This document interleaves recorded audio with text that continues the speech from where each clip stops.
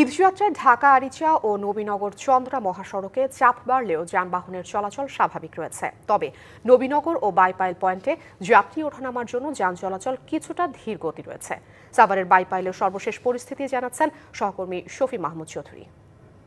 সাভারের দুটি গুরুত্বপূর্ণ মহাসড়ক ঢাকা আরিচা এবং নবীনগর চন্দ্রা দুটি মহাসড়কেই কিন্তু আমরা এবার দেখতে পেয়েছি যে যান চলাচল অনেকটাই স্বাভাবিক।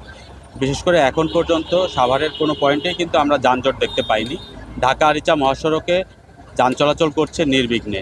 তবে নবীনগর চন্দ্রা মহাসড়কের নবীনগর এবং বাইপাইল এই দুটি বাসস্ট্যান্ড এলাকায় যাত্রী ওঠানামার কারণে যানবাহনের কিছুটা ধীরগতি রয়েছে। সড়কে এবার যানবাহন যথেষ্ট পরিমাণ থাকলেও আমরা দেখতে পেয়েছি যে যাত্রীদের সংখ্যা অনেকটাই কম। পরিবহন সংশ্লিষ্টরা বলছেন যেহেতু ধাপে ধাপে এবছর ছুটি দেওয়া হয়েছে, তাই অনেক যাত্রী আগেভাগেই ঢাকা ছেড়েছেন।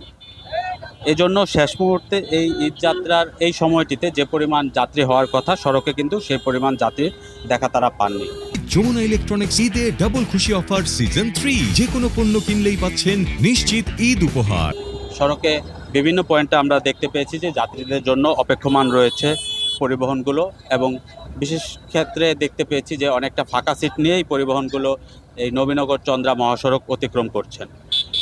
এই অংশটিতে আমরা দেখতে পেয়েছি পুলিশের অতিরিক্ত সদস্য মোতায়েন রয়েছে, যারা স্বেচ্ছাসেবক বিভিন্ন কর্মীদের সাথে সহযোগিতার মাধ্যমে এই সড়কটিতে যান চলাচল স্বাভাবিক রাখার চেষ্টা করছেন।